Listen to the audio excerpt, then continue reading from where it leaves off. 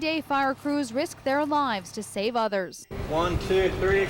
As hardworking as they are, these Esquimalt firefighters are working extra shifts, and it's not for money.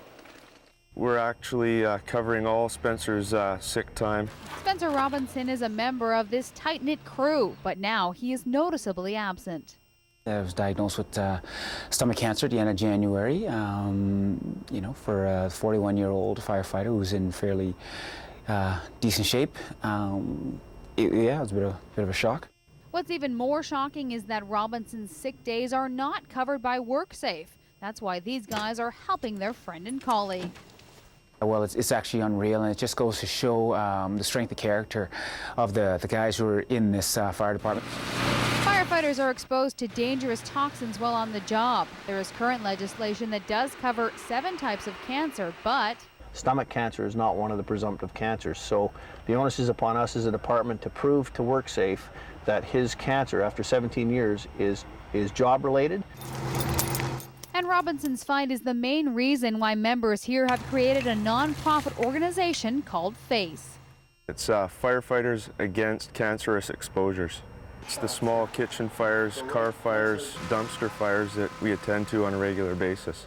While F.A.C.E. tackles this issue and raises awareness about cancer, Robinson is tackling his disease with plenty of optimism and support. You know, as a firefighter, obviously daily we get to see kind of like the edge of human existence in terms of what people have to deal with when they have to dial that 911. This battle here that I'm going through is obviously more personal and more long-term. Robinson's coat will remain on its hook at the station while he undergoes more chemotherapy and radiation. His comrades say they'll continue to work extra shifts for as long as it takes.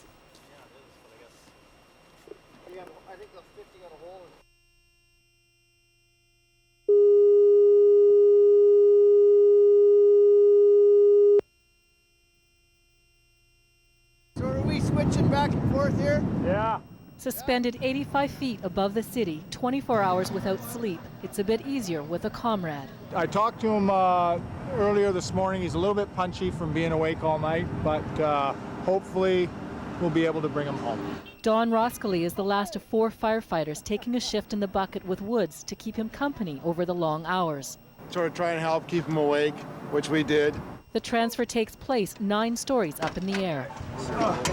What the heck is all this stuff? Rob's been living up here for a while. My condo. Hundreds have gathered to support Woods in raising funds and awareness for F.A.C.E, Firefighters Against Cancerous Exposures. Spencer Robinson is the inspiration. I'm humbled to call myself a firefighter. Because Robinson, 41, a firefighter for 17 years, was diagnosed with stomach cancer in January. one of the things that you can't refute are that carcinogens that do come from being burned are not supposed to be in the human body, and they manifest themselves in certain ways later on down the road in certain forms of cancer. 7 types of cancer related to workplace exposure are recognized by WorkSafe, but Robinson's cancer isn't one of them. Firefighters believe he's sick because of his many years of exposure.